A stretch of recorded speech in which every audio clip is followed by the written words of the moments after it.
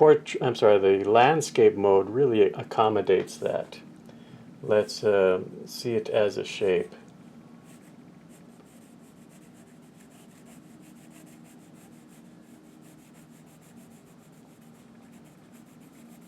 You notice I'm using just one direction in the stroke. This is so it retains that feeling of a flat shape. It's not a form, there's no forms yet, it's just a flat shape, and this shape is occupying the space very well.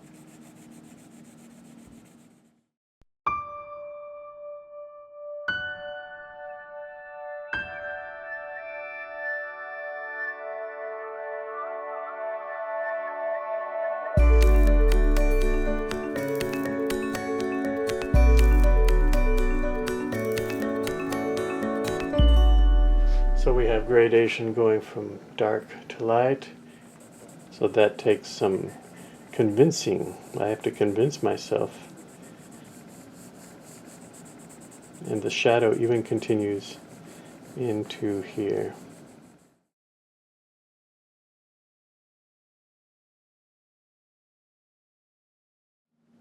Well, I put my paper on my drawing board and starting to think a little bit about introducing some terminology and some very basic ideas to drawing. First of all, I can show you the tools that I use for drawing. A couple pencils. I use what's called a kneaded eraser, an eraser that we can shape with our fingers. This was indicated in the materials list. It's a very common thing. You can find it at any art store. The advantage is that you can shape this to get a specific mark when you want to erase. It's very gentle on the paper. The only drawback with this eraser is it doesn't pick up strong marks. For that I use a white eraser, or you might recognize it as it's white and it's a little harder. It's still very gentle on the paper, but it will remove many of the dark marks. I like to use softer pencils and control the amount of pressure. They do sell a variety of leads that you can use. I prefer to use harder pencils. And you can sharpen your pencil, of course, with any sort of small handheld sharpener, or you can use one of these that's also available in the art store, which is just sandpaper. Sometimes I like to create a chisel on my lead. It allows me to do some broad strokes, and in tandem with that I use a little blade.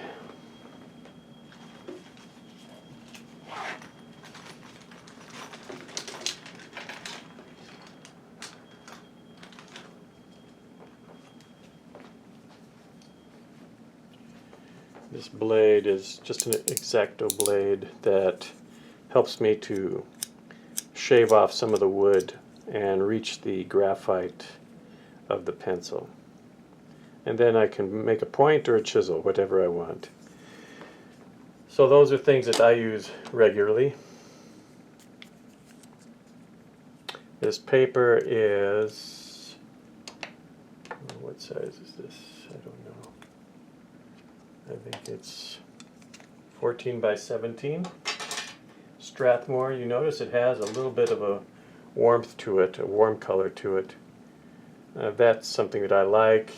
It's a smooth surface, doesn't have much texture. In any case, that's a basic introduction to the materials that I use. And in our class we're going to be using these materials throughout. There's nothing really new that I introduce. So let's start to think about a few terms, a few ideas. One of those ideas that I guess I want to present is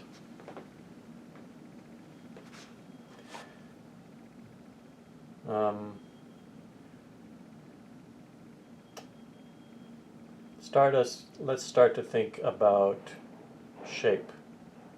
We know what that term means. The artist, as we develop, we start to think more and more about shape. And we start to see the world in terms of shapes before we see objects. That means I'll see this as a square before I see it as a red pencil sharpener, or I'm aware of it as the sort of shape that it embodies. And this becomes useful in starting your work.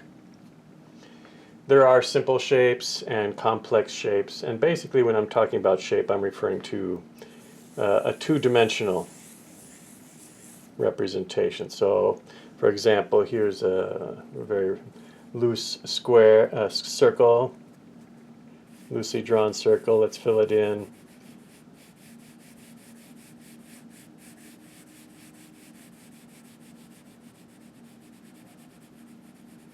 This is basically a circle, a shape, 2 dimensions. When we start to add shading, when we start to have a light source, indicate a light source, and we want to indicate the 3-dimensional quality, then we call it a form. So a shape develops into a form. But in the first stages of looking at our subject, I start to look at it in terms of shapes. So let's do a couple little things here called thumbnails to get us started. And I'm looking at the photograph that you see, and I'm going to render this as shapes to begin with.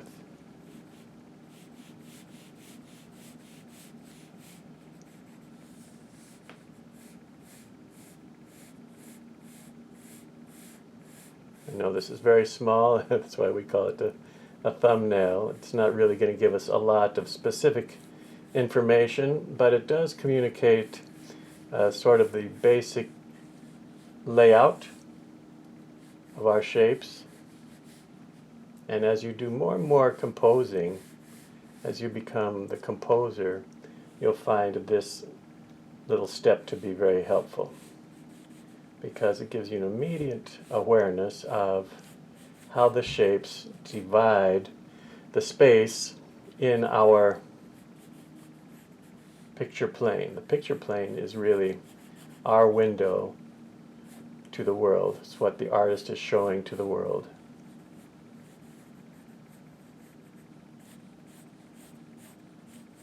So you see everything is kind of joined here, isn't it? We can even join the background a little bit. I'm using the same tonal value. If you don't know what I mean by tonal value, what I mean is the light or darkness of any one of our tones. So you notice that these are all about the same in terms of their lightness or darkness. We can't really tell where one finishes and the other begins. And this gives us an immediate sort of sensation about the scene. We're kind of creating a very long expression of that tulip, which fits the character of the tulip. It's joined to the plate, and it's joined to the melons which sit on the plate, even though all we see are the tips right now. And so we have sort of a, I would say, even an abstract impression of our image and how it fits into the paper.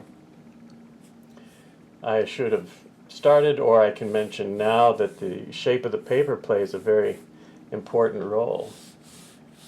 And when you're doing your subject, sometimes it's very obvious, sometimes it's not obvious which shape to use. Here I'm using the portrait mode, but we can also use the landscape mode. Landscape mode is horizontally oriented, much like a landscape. Portrait, naturally a face is going to fit perfectly in the portrait mode. And so that's why we use that terminology. And when you're doing your subject, when you're choosing your subject, that's one of the first decisions you want to make is, does my subject fit better into portrait or landscape? Or sometimes we use a square. The square is an interesting choice because it almost forces us to think creatively. How can we make a nice image out of what we put in the square? Well, if I'm doing, say, I'm focusing on the plate of melons, and I'm just going to draw them very loosely so that we get an idea of something sitting on that plate, something of a cast shadow. The landscape mode really accommodates that. Let's see it as a shape.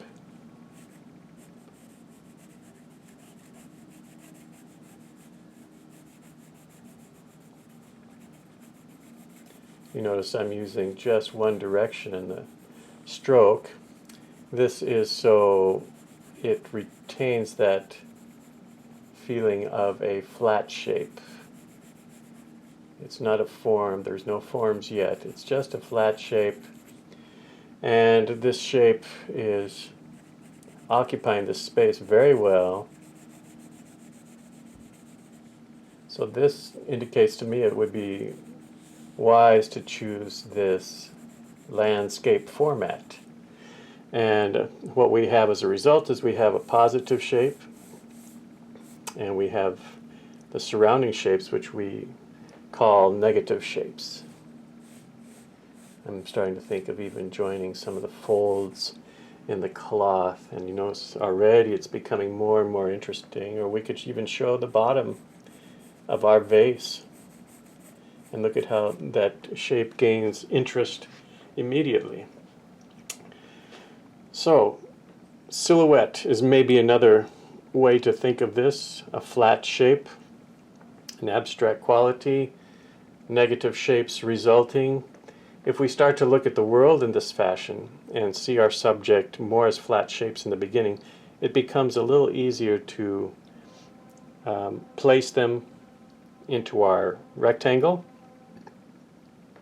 It also becomes a little more obvious if that shape is going to be interesting, thought-provoking, engaging, because we're seeing it very much on an abstract level. So these are reasons to start to think this way, and you'll find that as you manipulate your vision, start to squint your eyes and see the world as a little more flat shape in the beginning, it gives you some accuracy also, because we're not as distracted by what's going on in the interior of those shapes. We're really looking at the edges much more closely. So those are a couple of things that I wanted to introduce you to. The shape of our subject, and we're going to build on that as we get into the lesson. What shape is in general, the importance of the shape of the paper, and doing some thumbnails in the beginning is a great way to get started. So let's start to talk, let's move on from this and start to think about the melon that is our main subject for today. Maybe before turning the page, I'll point out something. This, if I'm to make a judgment of which I prefer, I'm starting to feel stronger about this one because it occupies a little more space, has a little more of a positive feeling. Here we're going to have to do a lot in the background in terms of shading to make this image come out. Everything is made much smaller if we try to be very inclusive. So this is another thing that, another standard actually that I would introduce you to is if you find that your subject is becoming really reduced in size because of trying to be inclusive, zoom in or select a partial of that subject and work from that. I think you'll find that you can approach it more directly. You can certainly incorporate more detail and still get a very strong image. So I'm going to work with this one as my subject for today.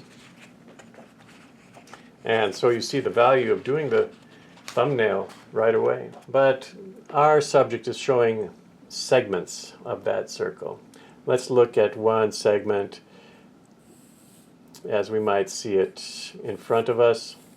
This is a slice of the melon. Round on the bottom, flat on the top where it's been cut.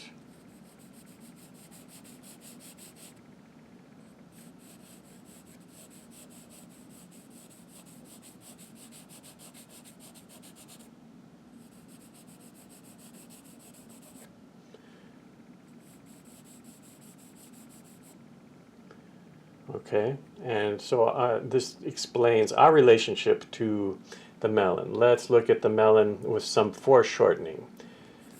So the height in all of these examples, the height of our melon is not going to change, but the length will.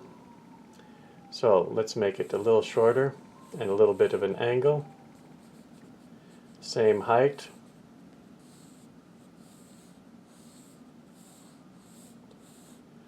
This has become foreshortened. It's starting to turn in space towards us.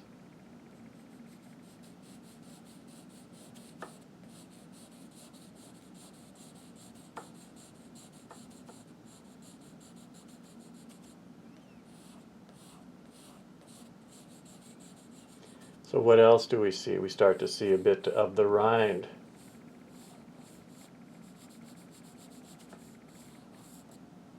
Let's do one that's even more foreshortened.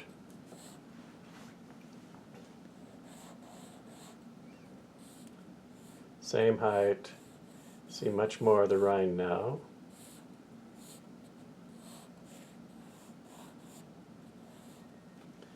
Here it is in terms of lines.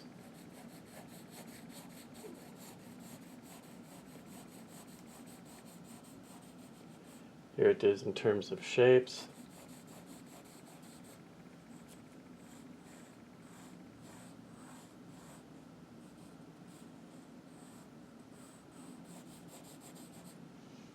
So we can tell, I'm going to draw the line version as well, so you can see sort of via the lines that go into making the shape,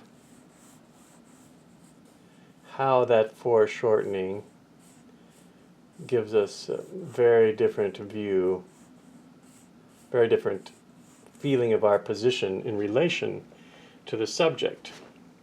Here it's turned slightly, here it's turned almost right at us. So three kind of variations of the same slice of melon.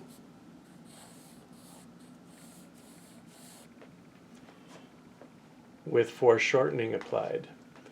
Again, looking at it as a flat shape, it becomes less recognizable. Our imagination does a lot with these lines. And when we start to create the form, we're going to be shading the rind darker or lighter than the flesh and different than the skin, so it'll have the same impact as this. Another thing that's impacted is the shadow.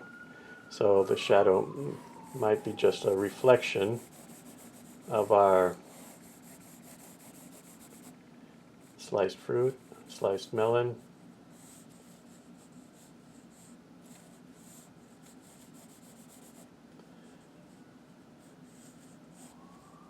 Very much impacted by the shape. Shadows are always impacted by the shape. So working with this melon and slicing it gives us a chance to really play with the perspective and the foreshortening of the object. We can do that in our homework this week, is manipulate those sliced pieces of melon so that we have a few variations. In that way we can really explore this idea. So I hope you'll do that this week with the homework. Is when you're working with your melon, whether it's cantaloupe or watermelon, few slices, make a few slices and position them in various angles related to you. And that's what I've done. I put them on a plate, and that's what we're going to use as our subject. Okay, so we've talked a little bit about constructing these foreshortened shapes of the melon. That's going to be our main subject. I'm going to introduce you to a plate as well. A plate is a very difficult object for us to render, but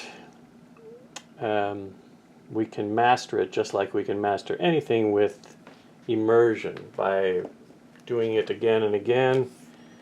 And we're going to do a few plates in the beginning of this series. What is the plate? It's basically a circle that we're also seeing foreshortened. In our case, it is the largest object on the table, and I'm going to place that first. Sometimes I create a way to kind of place this is by putting the edges of the plate, maybe a horizontal line to give me the center, but then we have to construct the ellipse of this plate.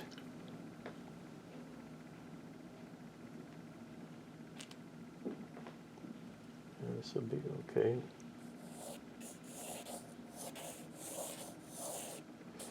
Here's where the difficulty comes into play. It's just a hard shape because of that symmetry. So I'm staying very loose. You notice I'm using my whole arm to make the movement. And if I get close, this is close, I'm going to leave it like that and start to build the rest of the plate. In this particular plate we have a border, a decorative border, and I'm going to create another ellipse for that border.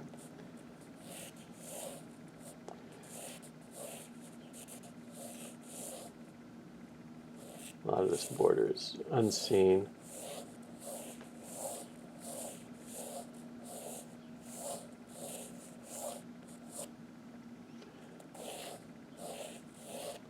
We also have a little bit of a foot meets with that inset right about here. I'm exaggerating it. So here is the line placement of my plate, and this I'm quite sure is going to be difficult. It's difficult for me. It's difficult for everyone because our eyes perceive symmetry so clearly. I'm also going to draw the shadow while I'm sort of in this mode of ellipses.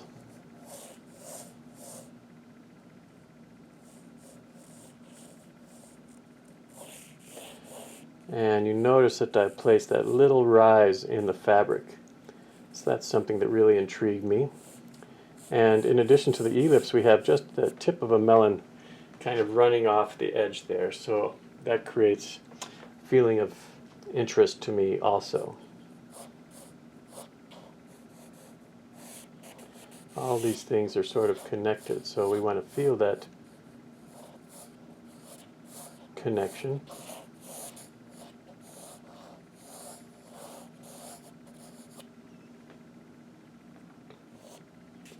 Big shape first, then we start to build outward from that big shape. Another shape is our vase, just the lower part of the vase. So remember that joined shape that I did in my thumbnail, that was quite interesting to me, so I'm going forward with that as a template.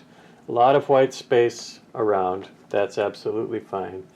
And now we start to place, we can nest these smaller shapes of the melon a little more easily. So making a mark and looking for that angle of the foreshortening. This is also a little tricky. So draw it very lightly.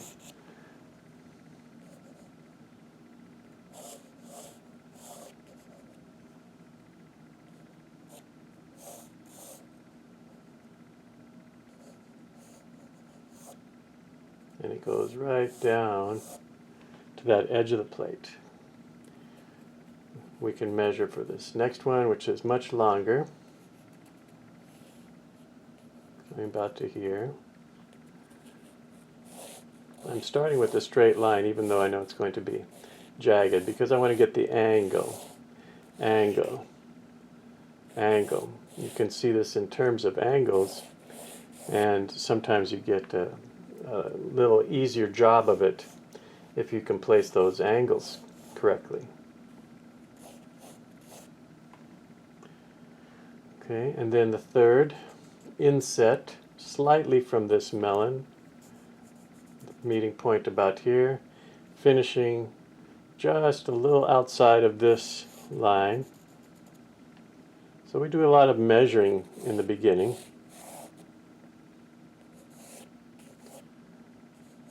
Measuring for accuracy.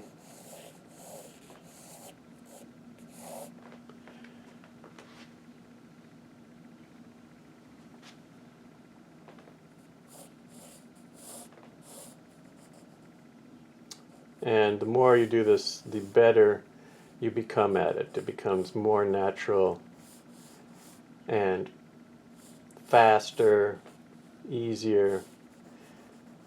It's like learning any other skill. It just takes a lot of time. In the modern day, we're kind of begrudgingly spending our time. We want it to really matter, which I suppose is good, but some things just we're not able to rush. We can't force it. This is one of those things, learning to draw, learning to paint. It just takes a certain amount of time to become fluent.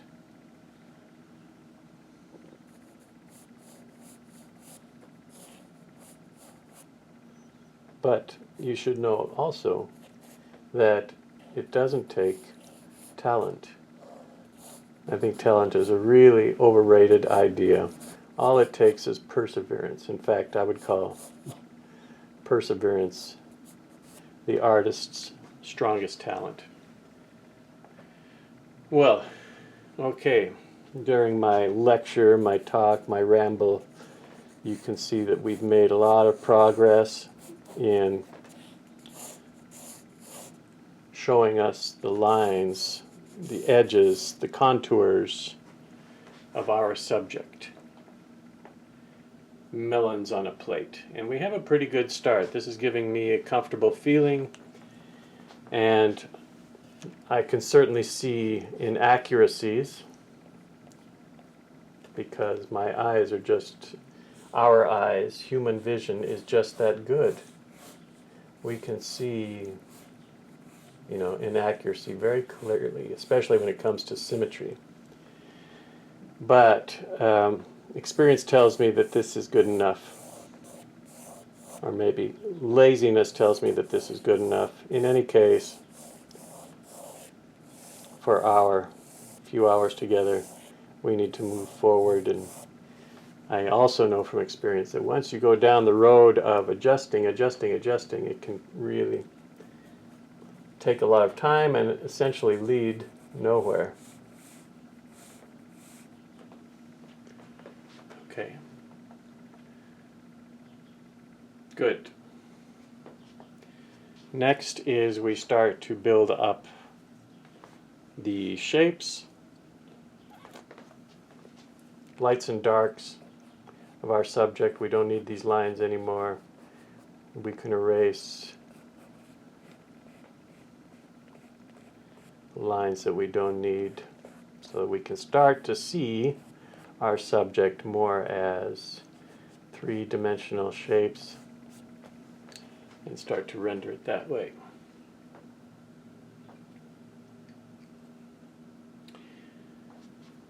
On the subject of rendering, there's many ways to do that. In fact, this is one of the more stylistic aspects of drawing or painting, is how people make the marks, how people use the brush or the pencil to create marks. And So I don't talk about it that much, the way to shape or shade, because you're going to have your own sort of preferences, whether they're controlled by ergonomics or just the way that you're comfortable making marks or other influences. But I will talk about light and dark and texture, other things that we want to come about as a result of our making marks.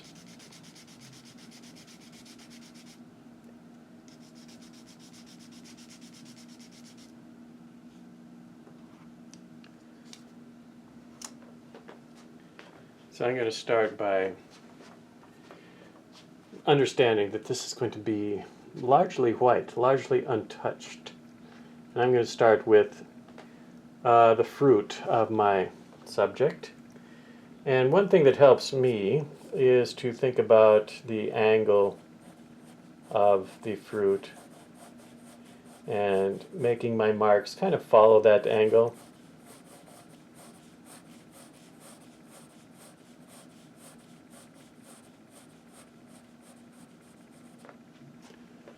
You see that, how just by using this angle I can start to influence how we perceive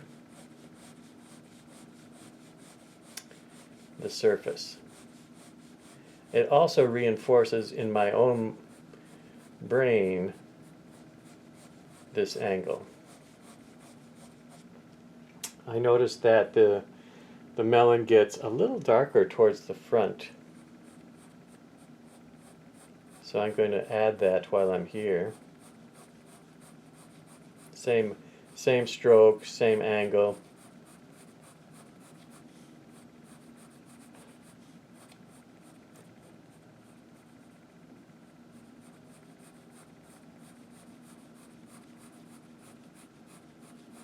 I just put a little more pressure on that pencil.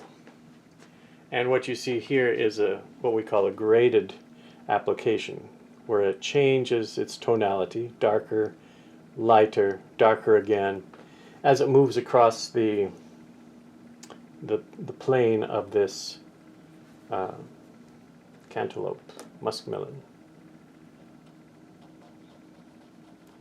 And I started with a straight line, remember, to create that edge. However, there is some up and down. I'm going to make a little bit of that texture through here just by going to the edge, making it a little darker.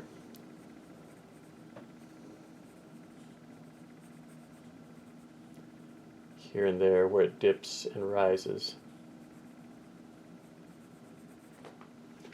so that we perceive on first glance that it's moving up and down.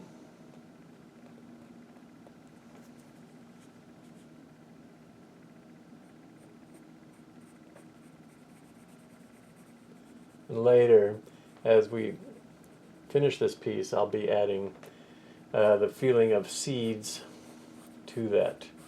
But in the beginning, I like to be very general.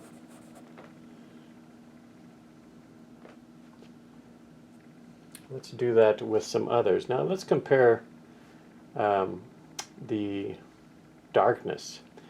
These two are probably very similar. This one is much lighter. So let's do this light one now. And this one almost comes straight down, doesn't it?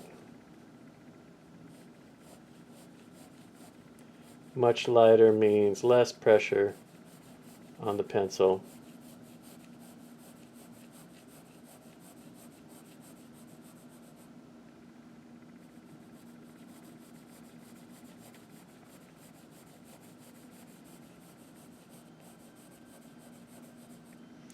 It's lighter than this one, but compared to the brightness in the plate or the white of the cloth, we can still go a little darker.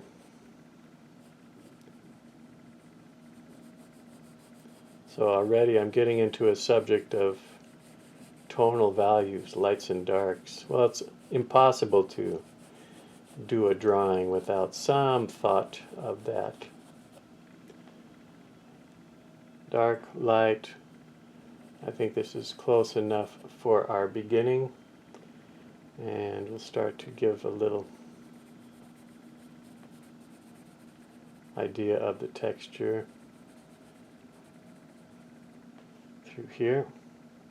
Gradation is a little darker towards the bottom.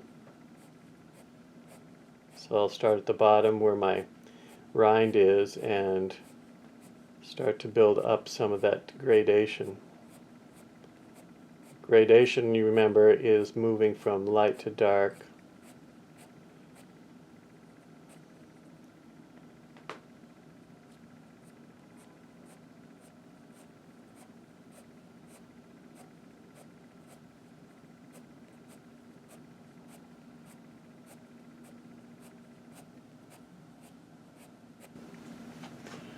So we have gradation going from dark to light, dark to light. We can go a little bit darker in this one. As I build the drawing, you'll notice that I return very often to adjust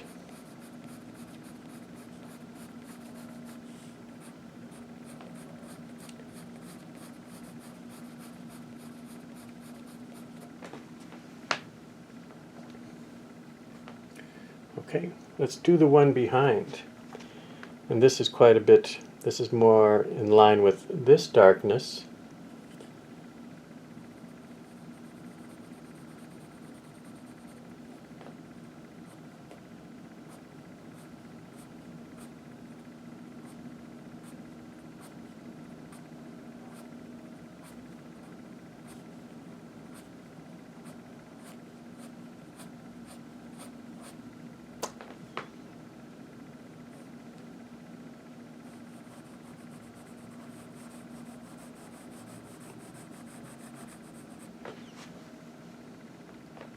Exaggerating for effect.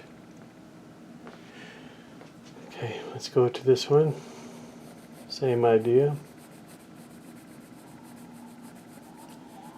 Because this one is behind the light piece, we don't have to add so much.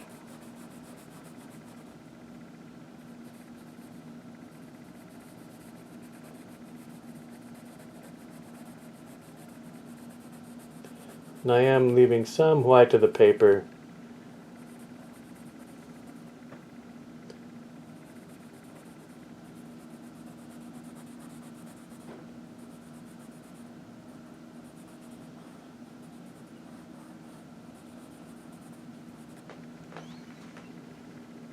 here and there.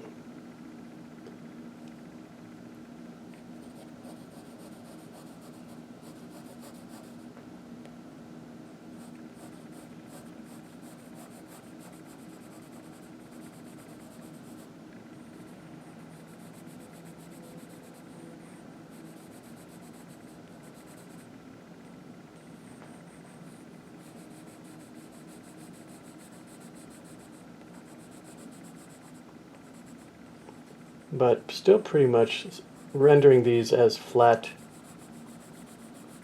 shapes. There hasn't been a lot of effort to give them forms yet, and we haven't even addressed the rind. Well, let's do that now. Let's do, start with this big one where we see a lot. And this is much more of a line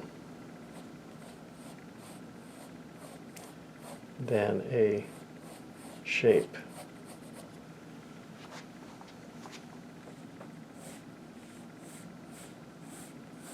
Using the broad side of the lead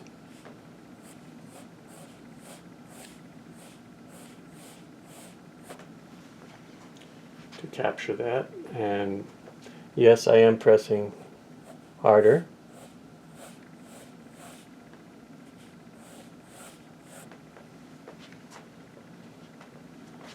This other one too, darker.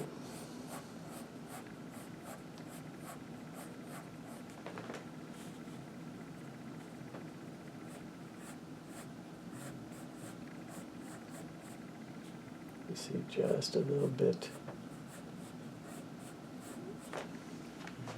more of the skin there on that side.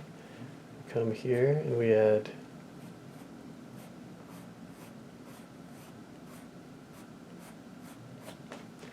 that line. They're starting to come out now.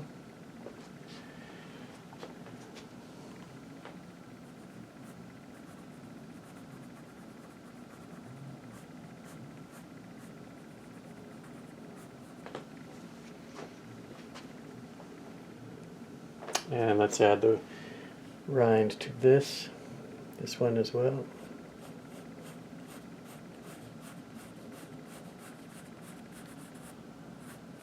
This is the slice where we see the most of that rind.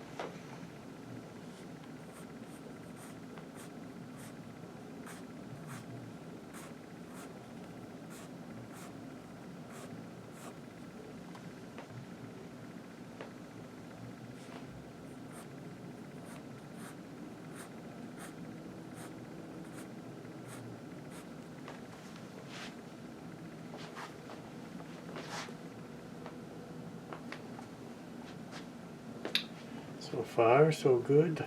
Shall we add the shadow? While we're here, we'll start to build away from the subject.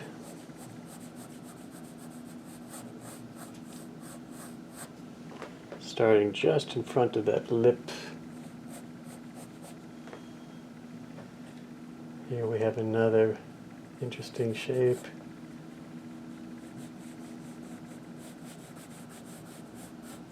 Doesn't come very far, but it definitely, we see the tip of it about here.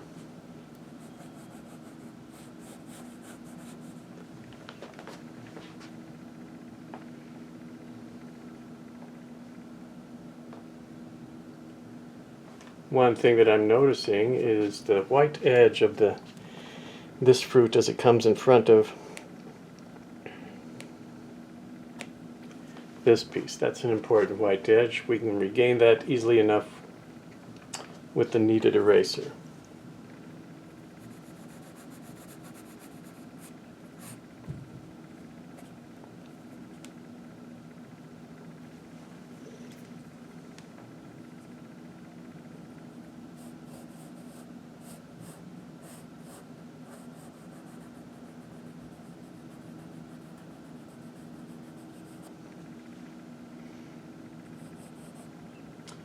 This one, hard to discern the shadow, but it's there.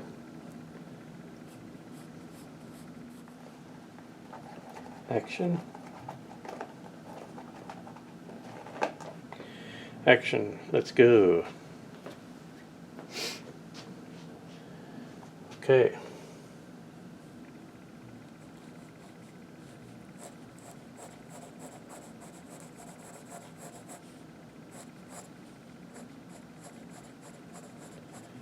Just adding a bit more tonality, a bit more darkness to this one.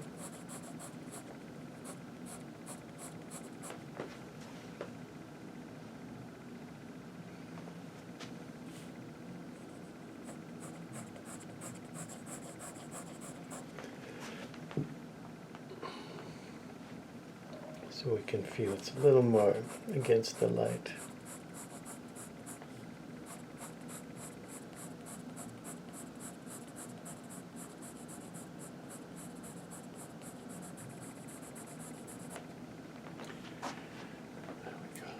That makes that centerpiece feel even brighter. Okay, on to the plate. So I'm going to use the broad side of this pencil.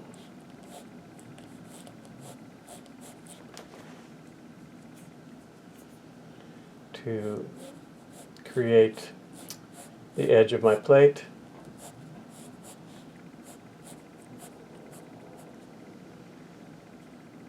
Again, the stroke kind of helps me to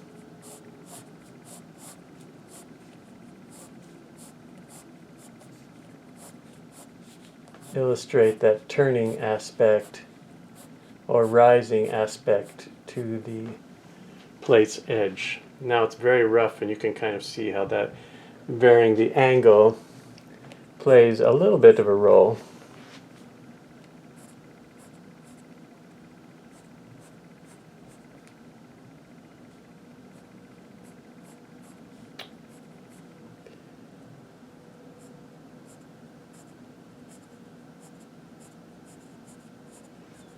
I'm being a little more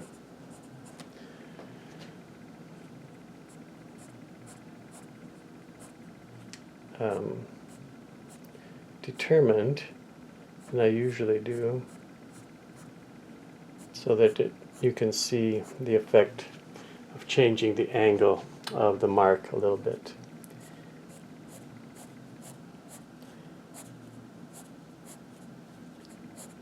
Just following the lines that I created earlier, but as I shade it, I am making a little bit of a variation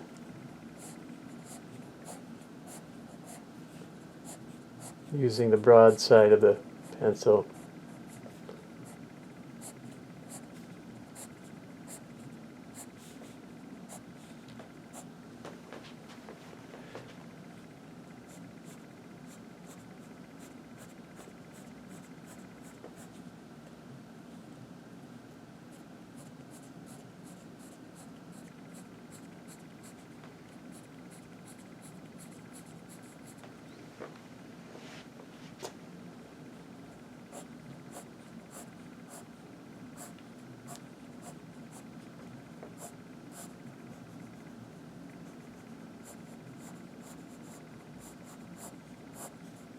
Now I'm blending it a little bit.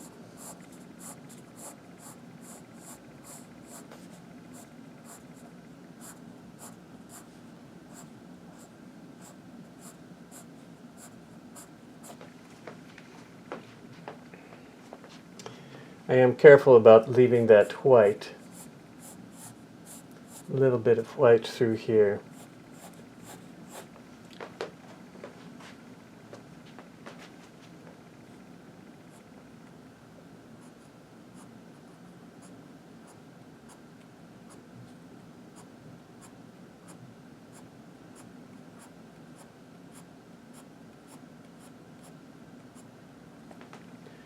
Like I say, doing it the way that's comfortable for you is the way that's best. Don't feel you have to emulate this method.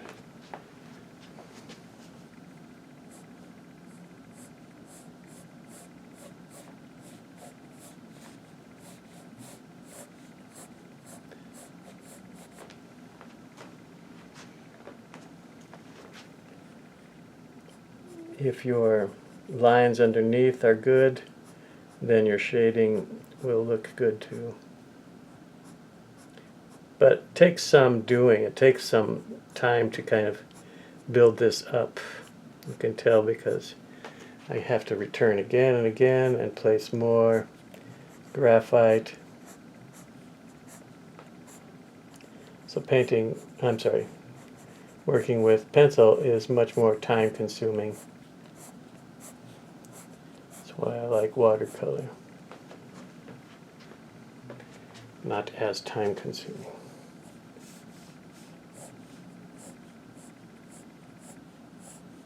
Clean up these edges.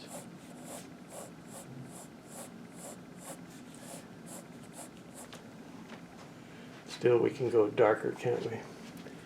Let's find how dark we want to go on this side.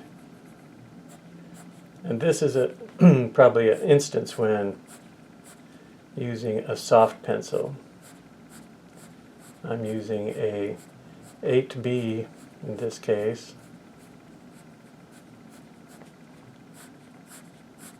is going to be easier and faster. Getting this dark with a 2B pencil will really take some doing, and you run the risk of damaging the paper.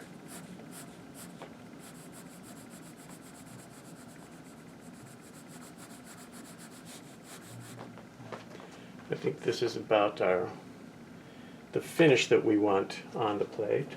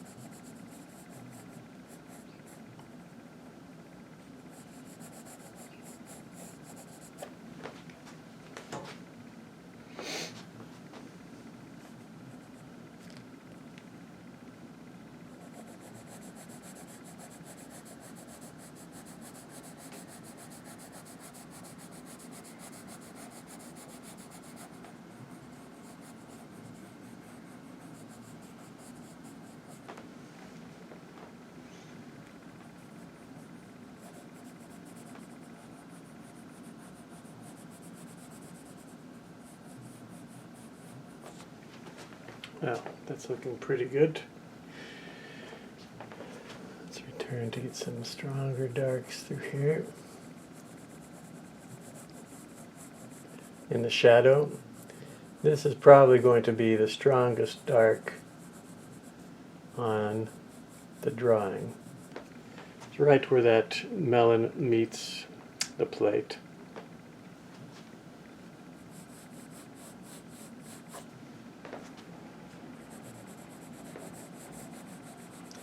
So I'm stating that now so I have a reference.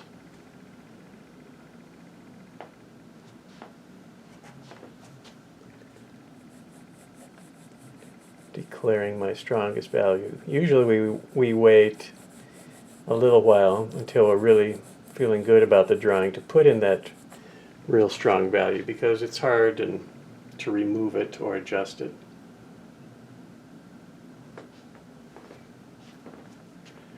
Let's adjust this once more to the back again.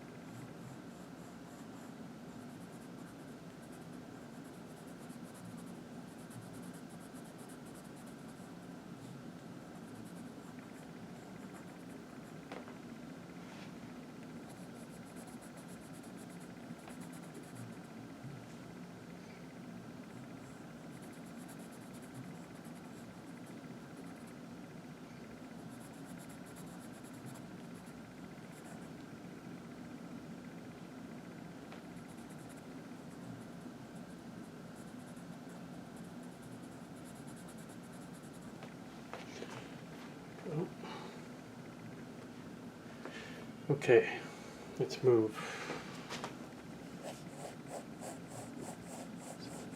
More an edge here.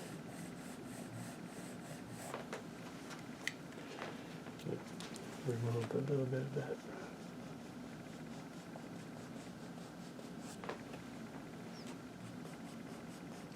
Here's where you can get bogged down. So I'm going to do a little adjusting and then move on.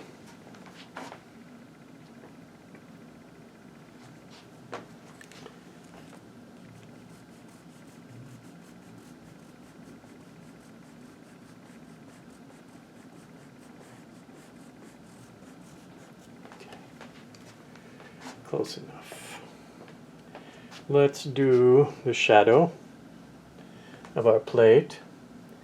And so what angle do we apply that on? Usually I think about the angle of the tabletop, since we're placing a shadow on the cloth that's resting on the tabletop.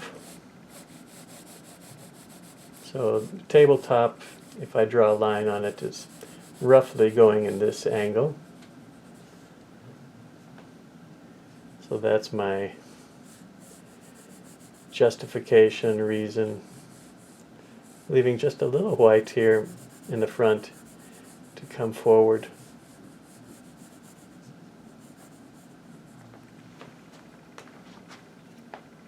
You see? Yes?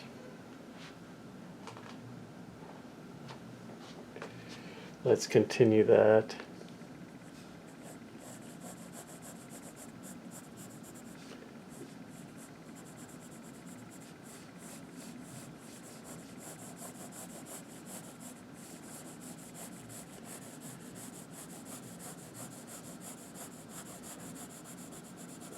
The direction of the shadow, the intensity of the shadow is all determined by the light, of course, the angle of the light, the strength of the light. Of course, we can, as artists, we can exaggerate that or diminish it.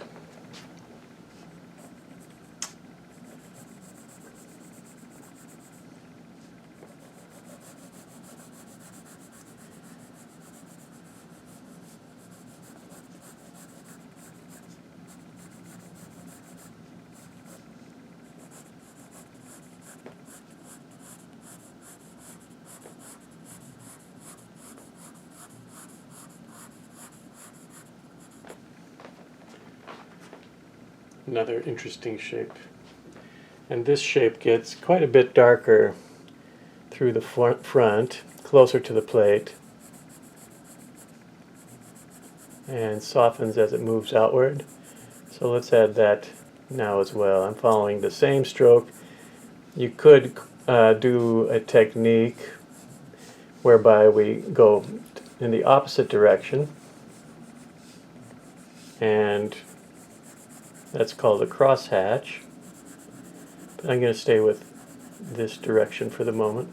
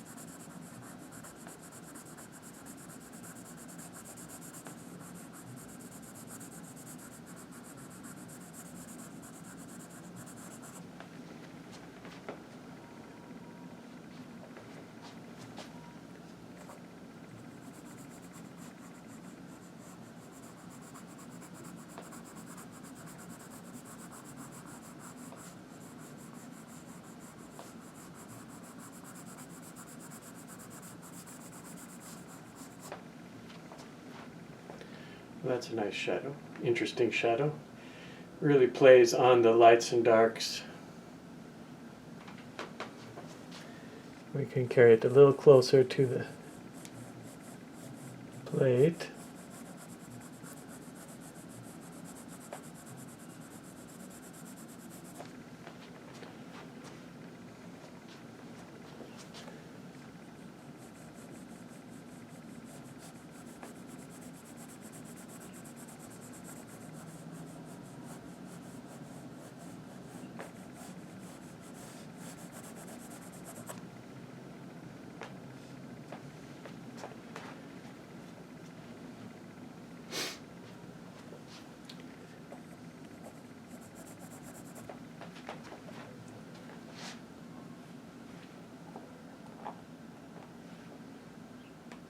All right. Let's continue to build this through our glass vase behind. We've got it drawn in. The stems of the tulips that we do not see coming down from the top. There's a lot going on visually that is can be very distracting to us. So let's just be very simple about it. Create the stems of the tulips, some of the thickness on the bottom of the vase. We're going to deal with glass and how to work with glass more specifically in a later class, but we'll get a little introduction here. Glass is transparent, so we need to express that transparency at the same time. It's a three-dimensional form, so we need to express that. I'm looking at the foot of the glass, which is very thick, and building up the squared shape where it meets the table. There's a little bit of a soft rise here. A little bit of reflection in this side. But a lot of it is going to be left white. A lot of reflections over here.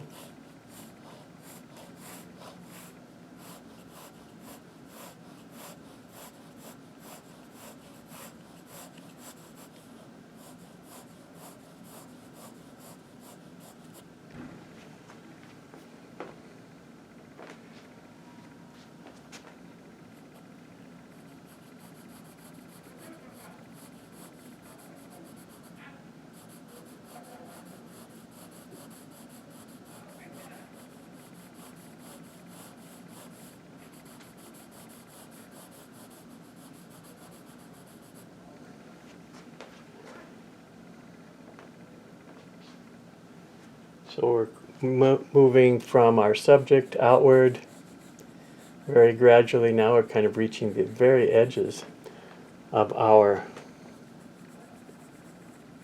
drawing, of our border. So we take a little more care and we step back often at this point to kind of evaluate how the image is starting to finish. Yes, I did say finish. We're getting to the point where it's starting to have a finished quality. And it'll be some back and forth until that's really finalized.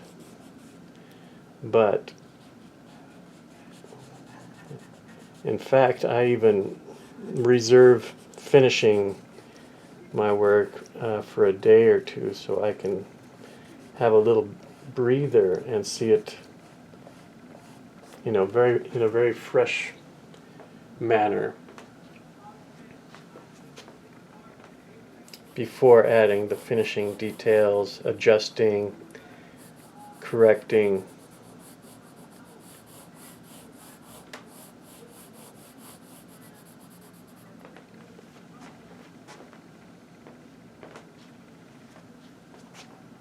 So I'm just doing the shapes. I'm looking at this not as a vase, but as a composite of shapes.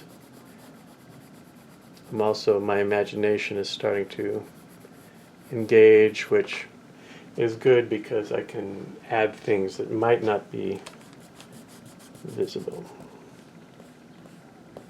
Or exaggerate things, maybe is a better word.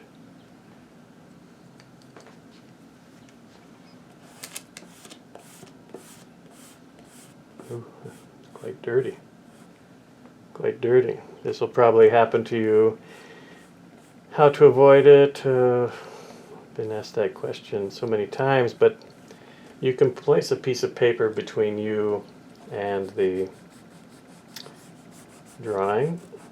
You can also work without touching your paper, which I do sometimes. In this case, I really did not. It's not a big deal, but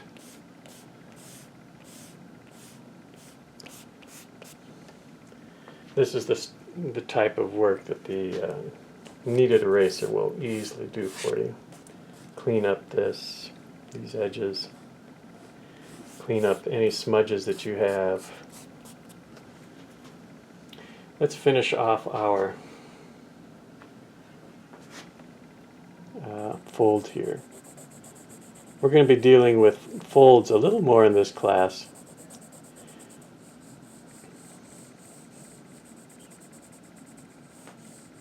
Again, I'm kind of riding up the fold in the direction as if my pencil were actually touching the surface of the fold.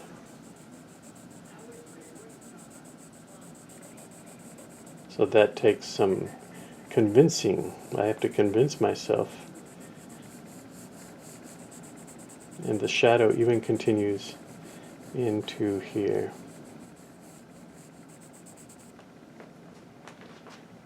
And what a nice lead-in that is to our plate, our main subject. A lead-in is a compositional tool. You can think of it as a road. That's probably the most accurate way to describe it. Is it's a road or a stream, that a line, a direction, a path that leads to our main subject. Sometimes it's very well disguised, but the artist uses this a lot to point out or lead the audience to a specific area. That's what we're doing here.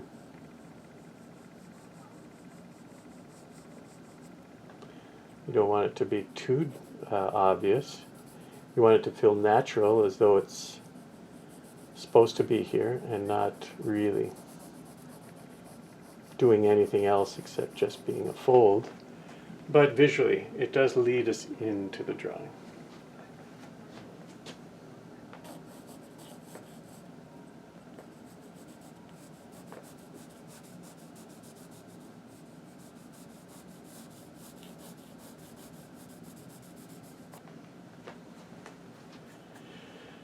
And this is the piece.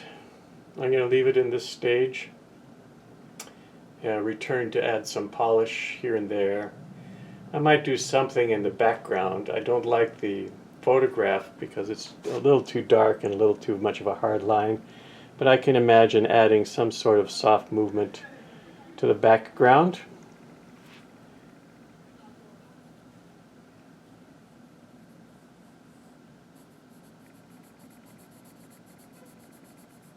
Just not now. Right now I'm just going to take care of this few things that I noticed can be improved.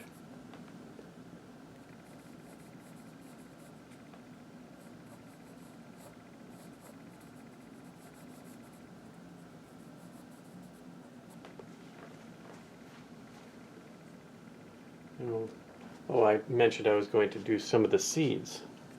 So I left some whites here. You can see them. Let's just do a couple so you can see what I mean. But we can come and add some shadow into that texture. I'm not adding new shapes. I'm just moving around these shapes that are already here to suggest something the size of a seed, right? I'm just suggesting something the size of a seed. I'm not trying to match my drawing, my photograph. I'm trying to match what I've already done in my drawing. So that's what how I would build texture into this area where we have some seeds. Just return with some darks and start to build it up that way. Build up a pattern. Remember that word because we're going to use it a lot. A pattern of shapes that suggest something the size of the seeds. And it's nothing more than that, really.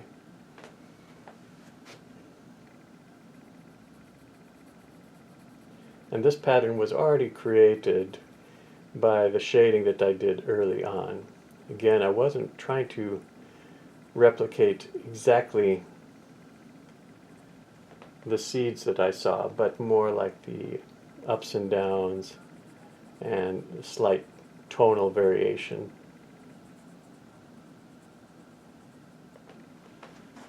Something like that, see?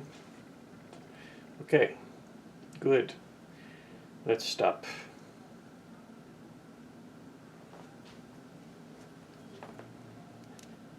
Cut and start again. We just add a little bit of definition with the eraser, just picking up some edges along the top of this section here to pull it out a little bit more from our piece in the back.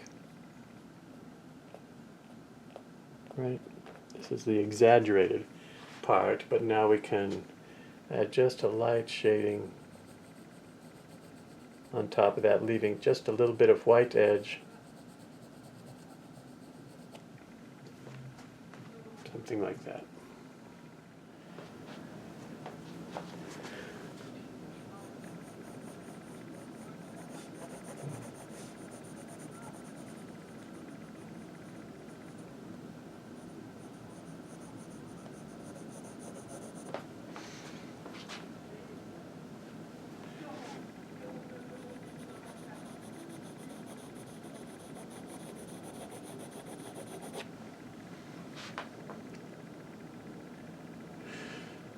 Okay, clean it up.